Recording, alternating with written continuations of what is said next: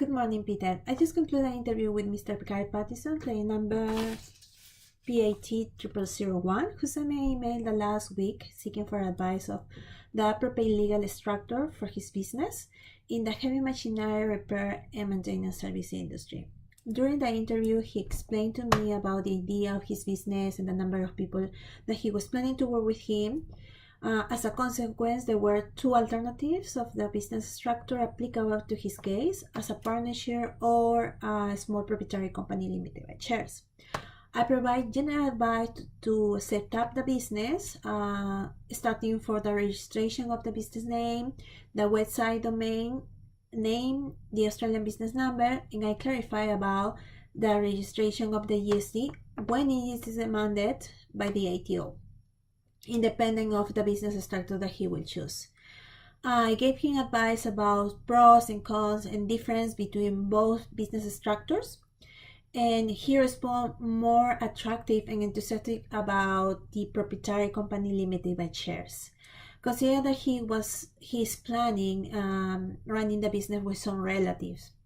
I also been very specific and describe about the fiduciary duties and liabilities of the directors, duties and rights of directors and shareholders, and also of the partners in the business. Important points mentioned were related to how easy it is to start with a business as a partner. Well, the partnership is easy to set up and the startup costs are low, while a company can be expensive to establish, maintain, and wind up. However, I emphasize that a private company limited by share fits better for a family business or small independent groups, mainly in the industry that the firm will operate. Related to the partner chosen, a partner can provide more capital and higher borrowing capacity to the business, or in other cases can cause potential problems down the line. In this point, the client requests more specification, so I provide more detail and examples of the unlimited liability of the partners. Also, I emphasize that the election of the business partner should be someone who can balance his spending habits and is financially savvy, or at least is effective budget. In contrast, that shareholders and directors in a company have limited liability. There is only some cases that directors can be personally liable for the company's debts, and is when the directors fails to meet their legal obligations, like bankruptcy and in other situations, such as fraud, for example. I also mentioned that if a director holds shares in the company, they also have the rights of a shareholder, such as the vote and attending meetings and sharing profits according to the percentage of his or her shares. Well, after the client expressed more interest in the small proprietary company limited by shares, I informed him that ASIC allows to register a company with a basic set of rules known as replaceable rules, stated in the Corporation Act. The other option is create its constitution or have a combination of both.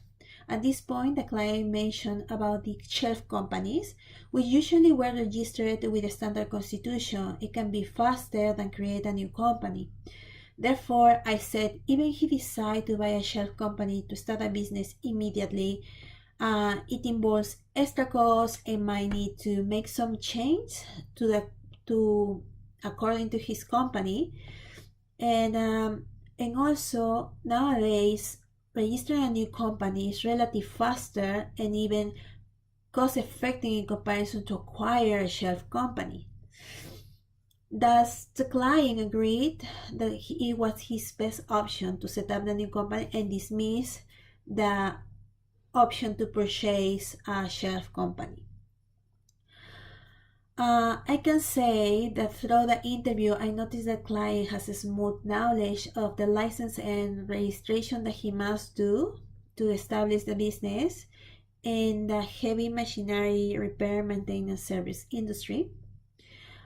And the only weak point was related to the best business structure for this company.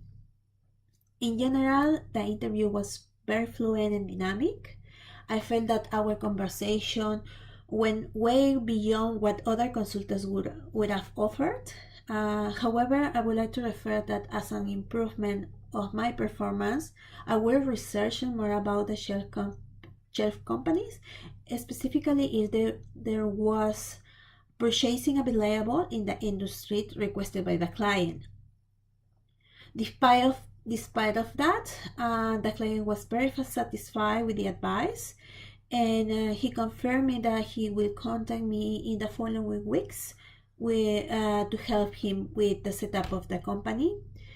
So this is everything that I have to report you, Peter, and as soon as I get more information, I will contact you by email with any updating of this client, and that's all. Have a good day, and we contact soon. Thank you so much for your time.